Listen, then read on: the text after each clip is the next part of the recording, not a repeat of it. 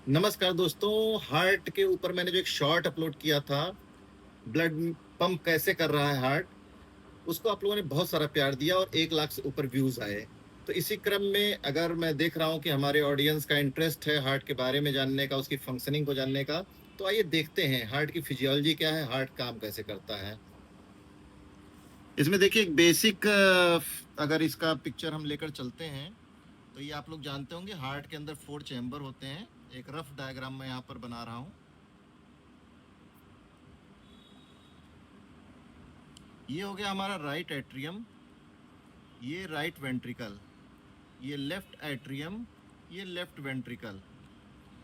4 chamber हैं और इन चैम्बरों को आपस में बांटने के लिए यहाँ पे वाल्व होते हैं। राइट एट्रियम और राइट वेंट्रिकल के बीच में ट्राइकस्पिड वाल्व होता है। लेफ्ट एट्रियम और लेफ्ट वेंट्रिकल के बीच में बाइकस्पिड वाल्व होता है। इसको मिट्रल वाल्व भी कहते हैं। ये वाल्व इसलिए होते हैं कि अगर एक बार हार्ट में इस चैम्बर का ब्लड इस चैम्बर में आ गया तो ये वापस ना जा पाए। अगर यहाँ से ब्लड इसमें आ गया तो ये वापस नहीं जाएगा, इससे एक डायरेक्शन में ही फ्लो होगा। अब देखिए 4 चैम्बर है, right atrium, right ventricle, left atrium और लेफ्ट वेंट्रिकल। तो सबसे पहले जो हमारी पूरी बॉडी में ब्लड है, डीऑक्सीजनेटेड ब्लड है या इम्प्योर ब्लड है, वो सुपीरियर वेना केवा और इन्फीरियर वेना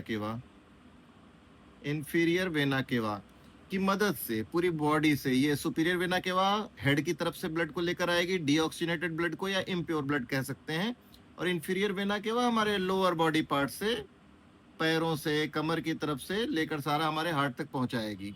और हार्ट क्या है, कॉन्टिन्यू पंप हो रहा है, जिसका लब और डब की आवाज सुनाई आती है।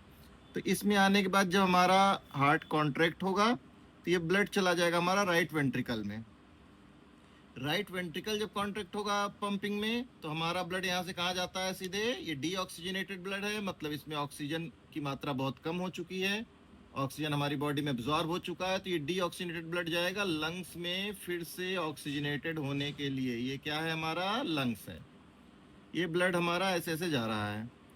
तो ये पूरी बॉडी में हमारे, आप लोग जानते होंगे, आर्टरी जो होती है प्योर ब्लड को, ऑक्सीजनेटेड ब्लड को कैरी करती है, बट यही एक ऐसी आर्टरी है जिसमें इम्प्योर ब्लड कैरी होता है और इसको कहते हैं पल्मोनरी आर्टरी। Pulmonary artery. अब ब्लड यहाँ आ गया, हम सांस ले रहे हैं, रिस्पायरेशन कर रहे हैं, तो इसमें ऑक्सीजन आएगी। ट्रैकिया से ब्रोंकस, ब्रोंकस से ब्रैंक्यूल्स, एल्वियोलाइज के लेवल पे, ये बहुत सारे एल्वियोलाइज हैं, मिलियंस ऑफ एल्वियोलाइज, यहाँ पे ब्लड में ऑक्सीजन डिफ्यूज होगा और ये जो हमारा डीऑक्सीजनेटेड ब्लड आया था ये ऑक्सीजनेटेड हो जाएगा और इस ऑक्सीजनेटेड ब्लड को पहुंचाएंगे कहाँ पे, लेफ्ट एट्रियम में। किसकी मदद से, ये जो पाइप लेकर आ रही है इसको क्या कहते हैं, इसको कहते हैं पल्मोनरी वेन। Pulmonary vein. हमारी पूरी बॉडी में जो वेन है उसमें तो डीऑक्सीजनेटेड ब्लड होता है, कैरी करता है, फ्लो होता है, बट यही एक ऐसी वेन है जो ऑक्सीजनेटेड ब्लड को, प्योर ब्लड को कैरी करती है और ये लंग से पहुंचाती है लेफ्ट एट्रियम में। हार्ट इधर पंप हो रहा है, पंप होगा तो ये कॉन्ट्रैक्ट होगा हार्ट और फिर से ये ब्लड आ जाएगा हमारा लेफ्ट वेंट्रिकल में। लेफ्ट वेंट्रिकल में से एओर्टा निकलता है, एक चौड़ी सी पाइप होती है, काफी चौड़ी, इसको एओर्टा बोलते हैं, एओर्टा।